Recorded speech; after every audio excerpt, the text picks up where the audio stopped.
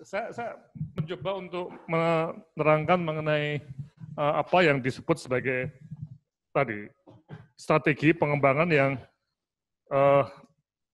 target kita kan di tiap-tiap lembaga itu mereka menggunakan knowledge management tadi, seperti yang dikatakan Pak Rudi ya. Ya, ini ya. Nah, yang pertama menarik adalah ketika ya seperti web yang kami kelola di sini. Nah, apakah keberlangsungan web seperti ini itu berasal dari model mekanisme pasar yang membeli, ya. Jadi di organisasi tadi yang melakukan knowledge management tadi, dia butuh sehingga dia mau membayar rupiah tertentu dan yang di sini memberikan semacam jasanya. Jadi semacam hubungan jual beli, ya. Atau memang web ini itu didanai oleh subsidi pemerintah atau tadi filantropi ke sana. Nah ini Pak Rudi ya, yang sebetulnya yang ingin saya tanya juga pada Pak Rudi, mungkin teman-teman dari LIPI ya. Sebetulnya pemerintah itu mempunyai pos nggak untuk mensubsidi modal seperti ini pengetahuan sehingga lembaga-lembaga yang mengembangkan risk management tadi, memang dalam konteks COVID itu saya yakin banyak lembaga termasuk di UGM sendiri ya, itu yang belum mempunyai pemahaman mengenai COVID dengan baik ya, karena ini sesuatu yang baru ya. Sehingga butuh luar tadi Pak, yang memberikan semacam pengetahuan tadi. Nah, apakah untuk mengelola seperti itu berasal dari subsidi atau rupiah langganan? Nah, pengalaman kami memang selama ini kita bukan dari subsidi pemerintah, tapi dari filantropi, ya, plus donor asing, Pak. Donor asing. Nah, nih, masuk ke sini. Nah, ini pertanyaan yang mungkin nanti kita diskusikan dengan teman-teman ya. Apakah hubungan antara lembaga yang mengembangkan knowledge management tadi, dan rumah sakit dengan kelompok-kelompok yang memberikan supply pengetahuan tadi, itu hubungan yang sifatnya itu non-pasar, berbasis subsidi atau filantropi, ataukah jual beli rupiah dan jasa tadi. Nah ini saya kira, begitu Pak Kuku ya. Mungkin kita bisa diskusikan, tapi saya sepakat bahwa dengan Pak Agus ya, bahwa ini sesuatu yang masih sangat-sangat istilahnya itu belum banyak dieksplorasi oleh berbagai pihak di Indonesia. Ini satu ilmu khusus yang kita sering mengacuhkan atau neglected tadi. Ya. Terima kasih. Baik, terima kasih Prof. Laksono atas tanggapannya. Bapak Ibu, ini silakan kalau ada yang ingin tanyakan, ada Pak Siswanto dari Badan Litbang sudah mengangkat tangan, bisa di-unmute Pak? Iya, terima kasih Pak. Jadi Pak Prof. Laksono dan juga dari Pak Yuri ya, Pak. Saya menyimak dari paparan tadi, saya kira menarik ini ya. Jadi dalam kaitannya dengan knowledge management ya. Cuma mungkin barangkali kalau kita bandingkan ya di artinya profesi dokter di rumah sakit ya, dengan katakanlah mungkin di industri seperti Unilever atau Telkom gitu ya. Bisa dengar ya? Ya, jadi mungkin poin saya ada sedikit berbeda barangkali ya. Berbedanya begini, di dalam bagaimana suatu knowledge kemudian menjadi action, itu kan kita kenal ada tiga lapis ya. Ada explicit knowledge, ada implicit knowledge, ada tacit knowledge ini ya. Jadi poin saya adalah bagaimana merubah explicit knowledge tadi. Jadi biasanya kalau lembaga riset itu kan jago di dalam explicit knowledge, artinya menulis jurnal dan sebagainya, yang notabene itu adalah memperkaya pooling dari pengetahuan gitu, memperkaya pooling dari pengetahuan. Tetapi sebenarnya untuk menjadi action itu tidak cukup, kan harus dirubah menjadi implicit knowledge yang notabene adalah practicable dan juga combine dengan tacit knowledge yang ada di katakanlah yang ada di kepala para dokter atau pelaksana di lapangan begitu ya. Intinya bahwa suatu knowledge bisa menjadi tindakan, harus menjadi pengetahuan di kepalanya yang pelaksana kan begitu. Jadi artinya harus masuk. Itu pun akhirnya diolah menjadi katakanlah tangga persepsi gitu ya. Di mana di dalam tangga persepsi itu akhirnya dikombinasi dengan pengalaman sebelumnya dan sebagainya diolah oleh masing-masing orang akhirnya menjadi suatu tindakan. Nah, poin saya bahwa di dalam misalnya di dalam organisasi rumah sakit bagaimana katakanlah 3 lapis pengetahuan tadi diolah itu menjadi penting. Apakah itu dilembagakan ataukah itu sebenarnya tergantung pada masing-masing dari katakanlah tenaga kesehatan yang ada di sana, misalnya dokter, nah itu juga menjadi pertanyaan lain. Itu poin pertama. Kemudian pertanyaan Prof. Laksono, apakah tadi harus ada semacam bagaimana pembiayaannya? Apakah semacam ada subsidi saja, artinya itu menjadi barang publik, ataukah ada semacam jual beli begitu? Nah ini rupanya di Indonesia belum terbentuk, Prof. Laksono. Kalau saya melihat barangkali untuk sementara semacam barang publik begitu ya, artinya kita dorong saja dipakai, terus kemudian nanti ke depan bisa berkembang apakah dari supplier tadi, artinya hubungannya dengan klien haruslah ada semacam jual beli. Tapi sementara saya melihat ini adalah semacam barang publik yang bisa diakses oleh semua rumah sakit. Saya melihatnya seperti itu. Terima kasih. Ya. Ya. Baik, terima kasih Pak Siswanto. Prof. Laksono, Oke. Ya, terima kasih Pak Siswanto. Ya. Jadi pertama kalau kita lihat betul ya ini mengenai pengetahuan tadi ya, pengetahuan yang sampai tacit, implisit, dan eksplisit juga ya. Nah ini perlu kita lihat dalam kasus-kasus yang penting Pak ini, seperti sekarang ya ini. Kita baru aja dengar tadi pagi juga ya, ada residen meninggal di sebuah rumah sakit pendidikan ya. Dan ternyata residen juga banyak, residen itu dokter yang sedang magang ya. Nah, ini ternyata pandemi COVID itu membuka sebuah situasi di mana pengetahuan bahwa residen itu sebagai pekerja yang magang itu ternyata belum banyak dilakukan oleh rumah sakit pendidikan se-Indonesia, Pak. Padahal hukumnya sudah ada nih, bahwa di Undang-Undang Pendidikan Kedokteran itu bahwa residen itu punya hak dan kewajiban seperti pekerja. Tapi ternyata pengetahuan ini belum dipunyai, Pak. Nah, begini Pak Siswanto, nah, pertanyaan menariknya, apakah rumah sakit itu dalam mengerjakan knowledge management-nya itu dibiarkan seperti ini, ya, atau ada sebuah, ini yang menjadi suatu inisiasi kami ya, tadi seperti ada platform digital tadi yang mencoba untuk memberikan semacam informasi dan juga pengetahuan pada semua di rumah sakit bahwa residen itu bukan siswa biasa. Residen itu adalah tenaga kerja yang magang. Dan ini pengetahuan yang global ada di seluruh dunia dan Undang-Undang Pendidikan Kedokteran pun juga di Indonesia ya 2013 juga sudah menyatakan seperti itu. Nah, sehingga, nah ini ada sehingganya, dengan hubungan yang menarik antara lembaga yang memahami knowledge tadi Pak. Karena tadi kalau lembaga itu tidak memahami knowledge management, dia akan, tadi yang kata Pak Siswanto ya, tradisi di kami itu ya, residen itu ya seperti koas, mahasiswa. Ya, bukan seorang pekerja.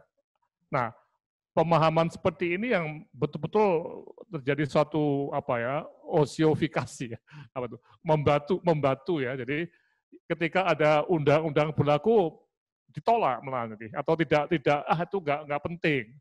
Nah, ketika pandemi COVID terjadi, apa yang rentetannya? Ternyata para senior DPJP itu usianya sudah seperti kita Pak, 60-an tahun. Nah, mereka diharuskan untuk tidak masuk ke rumah sakit atau jangan banyak-banyak di rumah sakit. Nah, tentunya siapa yang ada di rumah sakit yang paling banyak residen. Dan mereka bekerja seperti itu. Jadi ini bukan karena sebuah kesadaran untuk belajar, tapi ada situasi yang memaksa seperti itu dan terjadi suatu tanda kutip itu ketidakberesan situasi. Nah, itu Pak Siswanto ya. Jadi apakah knowledge management itu harus ada pihak luar di sini ya. Jadi tidak hanya di dalam sebuah lembaga ya, tapi juga ada pihak luar yang selalu mengingatkan, entah pakai ngirim sesuatu atau hasil seminar atau mengingatkan atau ringkasan tertentu atau peraturan baru itu ke sana, Pak. Nah, sehingga rumah sakit atau organisasi yang mempunyai semangat untuk mengelola pengetahuan tadi, mereka menyatakan kita perlu untuk langganan seperti ini kalau memang tidak ada subsidi tadi Pak, ya Pak Siswa ya. Karena betul ya Pak Siswanto ya, pemerintah kita itu belum memberikan banyak banyak perhatian untuk pengetahuan dan knowledge management, tapi untuk penelitian sudah mulai. Ya, tapi untuk knowledge management bagaimana supaya lembaga-lembaga yang mau mengelola knowledge tadi terbantu, itu pemerintah menyediakan subsidi. Tapi ini pengalaman saya sudah hampir 30 tahun ya sebagai dosen itu jarang ada proyek untuk knowledge management. Kami di UGM baru dengan KSI ini kita mengerjakan proyek knowledge management selama mungkin 2 tahun terakhir ini.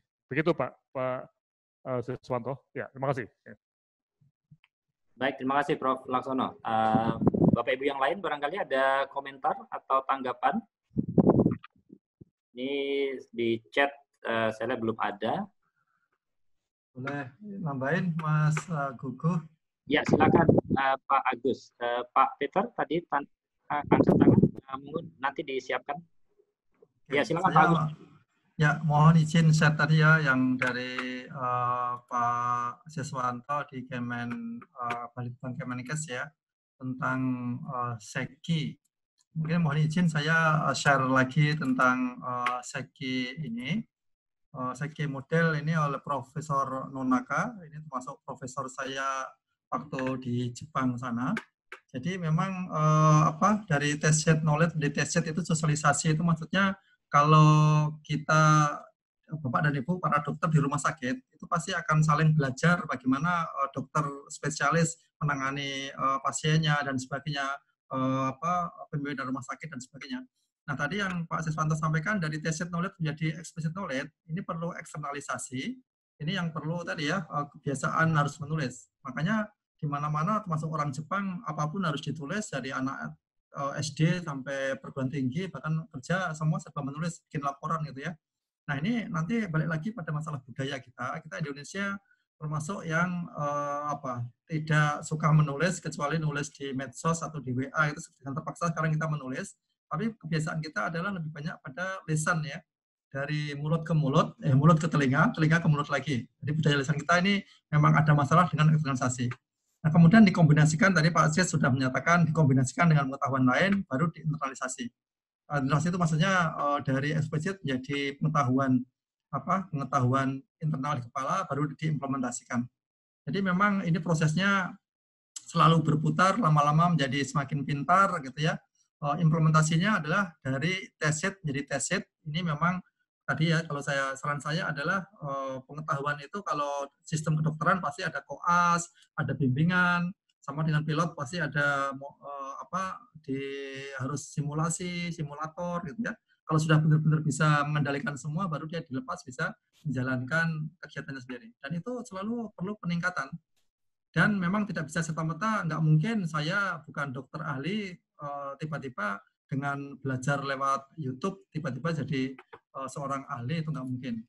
Nah, itu sharing tentang SEKI tadi, semoga menjelaskan. Dan saya ingin sharing juga tentang tadi pertanyaan Prof. Laksono ya, tentang apakah pemerintah akan bisa mensubsidi sistem ini. Mungkin saya ingin tahu deh Prof. Laksono dan Bapak Ibu, untuk mengembangkan sistem knowledge management COVID ini, biaya per tahunnya itu untuk pengembangan maupun untuk sustainability itu perlu berapa miliar, mohon nanti informasinya. Dan kalau dari sisi pipa pemerintah tidak serta-merta bisa mensubsidi suatu kegiatan seperti hanya subsidi untuk masyarakat miskin, itu besar dalam bentuk uang. Tetapi kalau mau model penelitian ya, riset ya.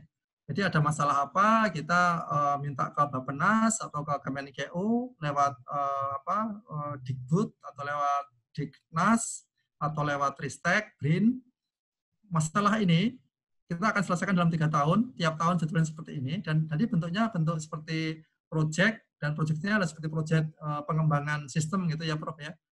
Jadi setahun perlu berapa miliar, 3 miliar atau berapa miliar, sehingga selama 3 tahun perlu 9 miliar gitu misalnya ya. Jadi tidak serta-merta ini ada uang silakan gunakan untuk sistem bikin mengembangkan sistem. Itu menurut saya sesuatu yang mustahil dari sistem anggaran kita. Jadi harus by project dan lewat ada aspek keuangan negara, dan selain masalah tadi ya, pemerintah menganggap bahwa knowledge management ini memang belum berkembang di birokrasi, tetapi di PMA maupun di perusahaan-perusahaan yang memang ingin maju, mereka sudah menggunakan sebagai sesuatu yang harus dimiliki agar pengetahuan itu bisa menjadi pengetahuannya organisasi, bukan pengetahuan orang-orang individunya, tapi menjadi pengetahuan organisasi. Tapi tadi challenge-nya, tantangannya adalah menara ilmu ini bukan sekedar satu organisasi, tetapi adalah multi-organization yang itu ingin men-share pengetahuannya ke nakes dan masyarakat. Nah, ini pertanyaannya kalau dibalik, apakah rumah sakit mau membayar ketika mereka mengakses website-nya Menara Ilmu? Di era sekarang website diakses kemudian bayar itu kecuali Scopus atau jurnal gitu ya. Ketika kita akses, ya termasuk Gramedia sekarang jualan bukunya juga sudah lewat online gitu ya, Prof. Ya mungkin kalau kita mau ya kita bayar. Nah, termasuk ke depan kalau memang begitu, jadi yang digratiskan adalah informasi-informasi yang memang itu informasi yang umum, tetapi yang bisa dijual belikan untuk sustainability proses ini ya tadi ada pengetahuan-pengetahuan khusus yang memang itu perlu skill khusus dan perlu ada pelatihan yang harus dilakukan begitu. Mungkin bisa tadi berbayar karena perlu ada ahlinya yang jadi mentoring, jadi coaching gitu ya, menyampaikan kemudian melihat bagaimana seperti inilah mentor seorang dokter yang ngajarin koas gitu ya. Nah, itu mungkin perlu, jadi yang dibayar itu bukan bayar pengetahuannya, tetapi yang dibayar itu adalah sumber daya yang harus disediakan oleh si pengajar, si coach kepada orang yang coachinya. Itu mungkin harus dihitung sesuai dengan berapa sumber daya yang tersedia. Itu mungkin masukan dari saya dan jawaban. Terima kasih, Pak Gugu. Ya, baik. Terima kasih, Pak Agus. Tadi Pak Peter Johannes ingin komentar. Pak Gu bisa jawab sebentar, Pak. Oh ya, ya silakan, Prof. Laksana. Ya, Pak Rudi. Jadi, Pak Agus. Jadi kalau kita lihat, memang kembali pada subsidi tadi ya. Karena saya bayangkan begini, ini kan seperti web ini untuk COVID ya. Di sektor kesehatan itu mungkin ada lagi, misalnya malaria atau diabetes atau apapun juga ya. Topik sesuatu yang perlu dikelola pengetahuannya. Nah, tapi ini baru sektor kesehatan. Ada lainnya, misalnya di sektor pertanian ya. Ini knowledge management mengenai misalnya kopi, misalnya. Kopi, di mana penggunanya adalah para pelaku ya, entah itu petani kopi yang mempunyai lembaga KUD apa misalnya, atau PT apa, atau mungkin kafe kopi ya di seluruh Indonesia misalnya nih. Nah, ini di kopi ya, atau mungkin knowledge mengenai bengkel motor misalnya. Nah ini, jadi semua informasi seperti ini.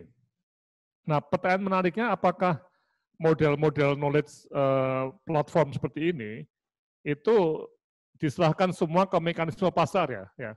Atau tadi betul Pak Agus ya, seperti kami juga kerjakan ya, kami di dalam konteks web itu nggak cuma web COVID ya, kita punya sekitar 12 menara ilmu Pak, webnya ada banyak sekali ya. Itu memang pengetahuan itu gratis, ya tidak ada, kita seminar-seminar itu gratis.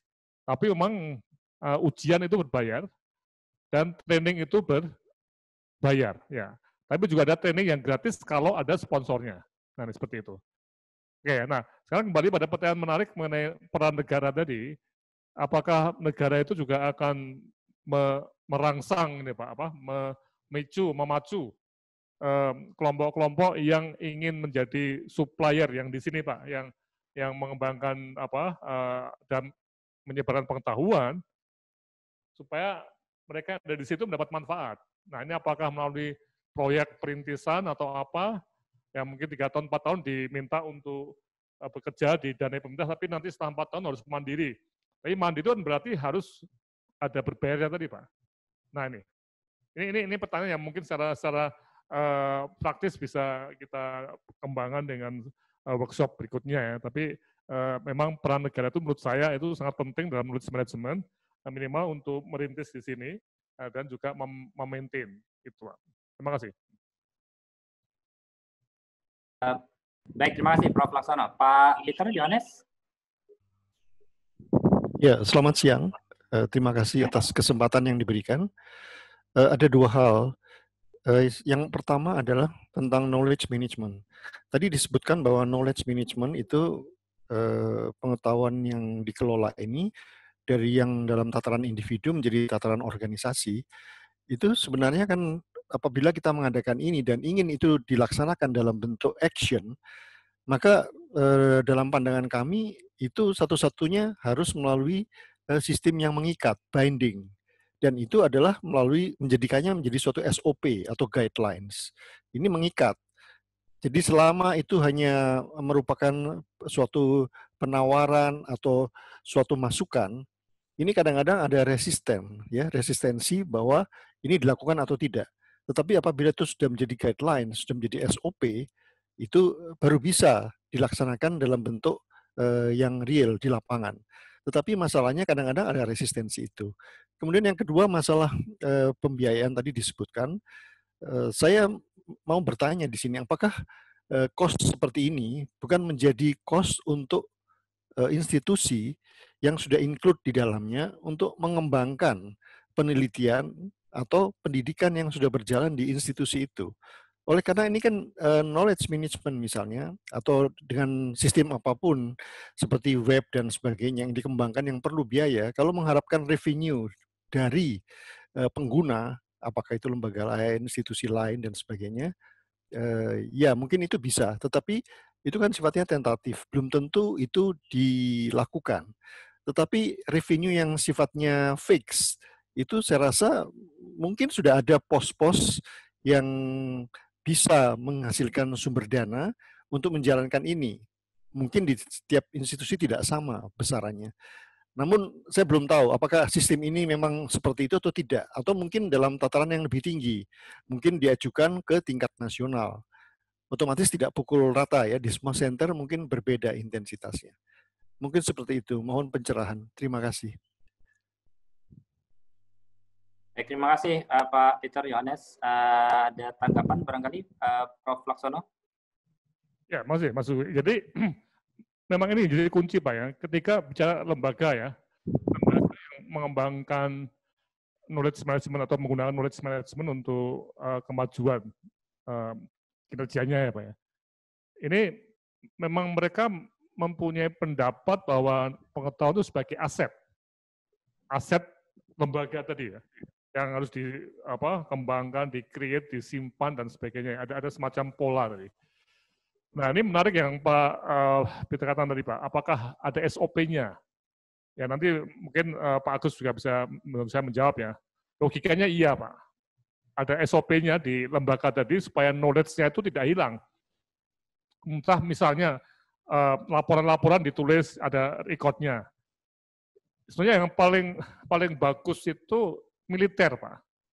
Militer itu kalau perang dunia kedua itu Bapak Ibu kalau lihat arsipnya perang dunia kedua itu para pelaku-pelaku di lapangan selalu melaporkan detail sekali walaupun itu kemudian masuk rahasia berapa puluh tahun kemudian ya atau berapa tahun ya.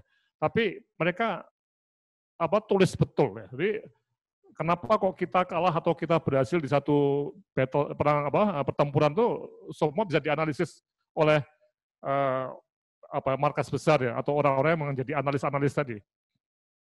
Tapi di kita sering ya tadi lost memory ya. Baru tahun lalu ada kejadian kita udah lupa. Nah, pernah seperti itu. Nah, apakah organisasi itu punya SOP untuk knowledge management ini? Nanti mohon Pak Agus bisa menerangkan ya. Nah, kemudian kalau kita lihat kembali ke lembaga tadi, Pak.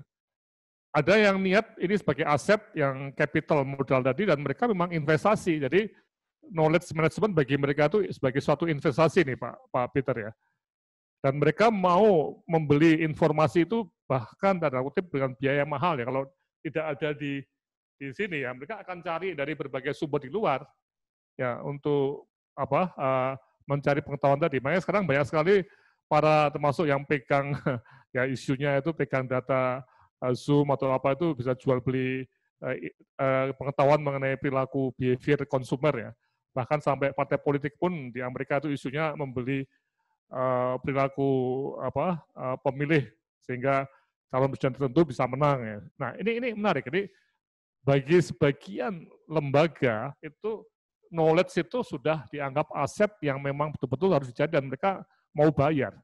Tapi tadi ketika terjadi suatu sistem pasar yang betul-betul murni, pemerintah tidak ikut campur, saya yakin Pak, yang akan maju itu lembaga-lembaga yang punya uang dan punya niat tadi Pak.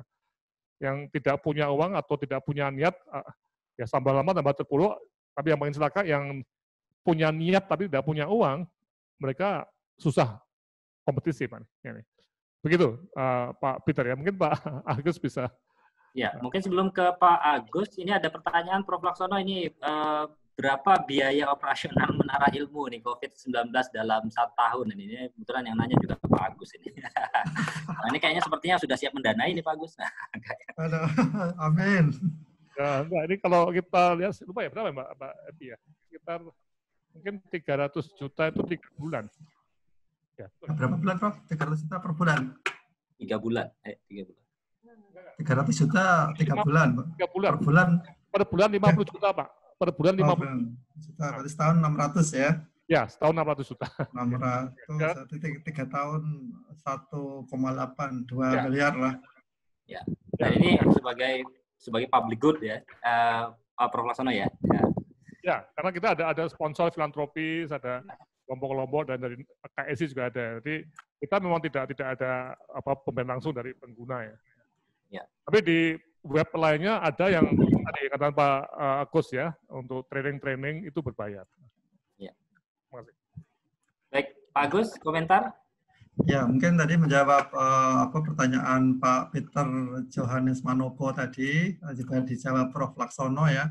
Saya juga tadi sudah menyinggung tentang masalah budaya sharing pengetahuan di antara kita itu lewat lisan ke lisan. Mungkin kita seperti orang Arab 14 abad yang lalu ya, punya budaya lisan, dan kita lisan itu lebih banyak dalam bentuk nyanyian atau bentuk tembang kalau di Jawa ya. Dan itu banyak sekali saneponya. Nah, di zaman modern sekarang kan kita mengeksplisitkan pengetahuan itu dengan tulisan. Dan alhamdulillah medsos di Indonesia termasuk yang berkembang sangat pesat, dan mau tidak mau kita sudah transformasi dari budaya lisan menjadi budaya tulisan. Tetapi sayangnya budaya tulisan kita itu masih tulisan lisan ya. Kalau di jurnal mah itu belum levelnya masuk jurnal gitu ya. Jadi kan sangat berbeda antara budaya lisan dengan budaya tulisan. Kalau budaya tulisan ilmiah selalu lengkap dan tidak multitafsir, tapi kalau tulisan kita di WA, di Twitter, atau di Facebook itu kan multitafsir dan bikin itu. Jadi mungkin memang ada budaya di kita, walaupun tadi Prof. Laksono mencontohkan di militer, itu sangat bagus semua laporannya, dan termasuk di Indonesia Angkatan Laut, Angkatan Udara, Angkatan Darat itu punya berkas seorang prajurit dari dia masuk sampai dia pensiun, itu datanya secara psikologis disimpan di bagian SDM-nya tentara. Mereka sangat bagus dan rapi, sehingga pengembangan karir itu mereka sesuai dengan orangnya punya kemampuan apa dan digunakan di mana, mereka sangat bagus ya. Itu salah satu sebenarnya mengelola pengetahuan itu modelnya memang tidak harus menggunakan ICT atau TIK, tapi TIK itu bisa mempercepat proses itu. Makanya Menara Ilmu ini sangat menarik. Tetapi sekali lagi saya menantang Prof. Laksono dan Bapak Ibu, kalau satu organisasi, satu UGM saja, satu LIPI saja, bikin knowledge management, pengetahuan para workernya di internal itu bisa disatukan dalam knowledge management system yang dikembangkan. Tapi ketika tadi public good atau public knowledge gitu ya, itu disatukan. Nah, itu kemudian ini bagaimana itu proses bisa tadi ya, kalau Pak Peter Johannes tadi harus di-binding gitu ya. Kalau saya peneliti LIPI, kemudian saya punya pengetahuan tentang hasil riset saya, dan itu adalah hak punya LIPI juga berhak untuk itu. Dan saya sebagai pegawai mau nggak mau ya misalnya ada paten tetap ada nama LIPI di sana, dan itu yang binding yang dimaksud oleh Pak Peter di situ ya. Nah, ketika menara ilmu ini punya pengetahuan dan pengetahuannya di-share dan ketika itu apa ya free gitu ya, kan tidak bisa mewajibkan. Ini seperti kalau di dunia ISO itu Standardization Organization International itu, ISO itu pada dasarnya adalah bukan kewajiban, tapi adalah hanya sekedar sunnah muakkad gitu ya, conformity. Jadi siapa yang menggunakan akan lebih baik, tapi kalau tidak ya nggak apa-apa. Nah ini kalau saya melihat menara ilmu ini juga modelnya seperti itu ya, Prof. Laksono ya. Tidak bisa mewajibkan agar semua organisasi layanan satuan kerja harus menggunakan, ini kan nggak bisa mewajibkan gitu. Kecuali misalnya Balitbank Kemenkes atau Kemenkes mewajibkan bahwa semua Yankes di seluruh Indonesia ketika penanganan harus mengacu ilmunya ke menara ilmu yang dikembangkan UGM, itu bisa diwajibkan. Sama standar juga bisa diwajibkan kalau ada kementerian teknis yang mewajibkannya. Nah, sedangkan menara ilmu ini kan dikembangkan oleh para dosen dan ilmuwan biar itu bermanfaat lebih banyak orang gitu ya. Nah ini mungkin prosesnya memang masih panjang, Pak Peter. Tidak bisa mengikat para worker untuk men-share gitu ya.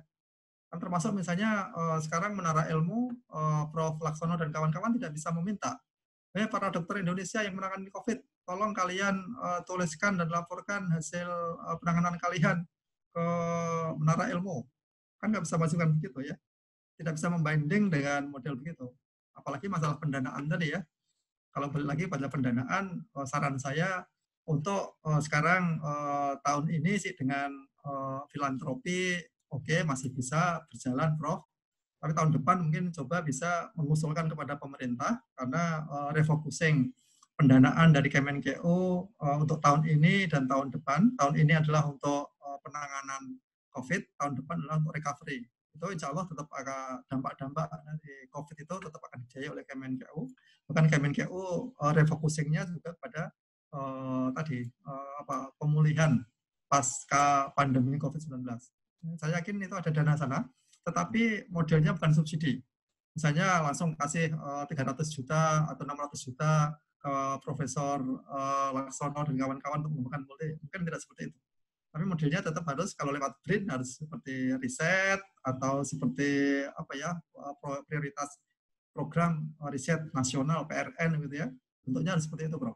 Walaupun nanti oleh Pak Menteri atau oleh Dirjen itu bisa menjadi prioritas yang prioritas tinggi. Begitu tanggapan dari saya, Mas Gugu. Baik, terima kasih Pak Agus. Jadi justru ini inovasinya itu adalah knowledge management multi institusi ya. Jadi ini yang inovasinya di sini.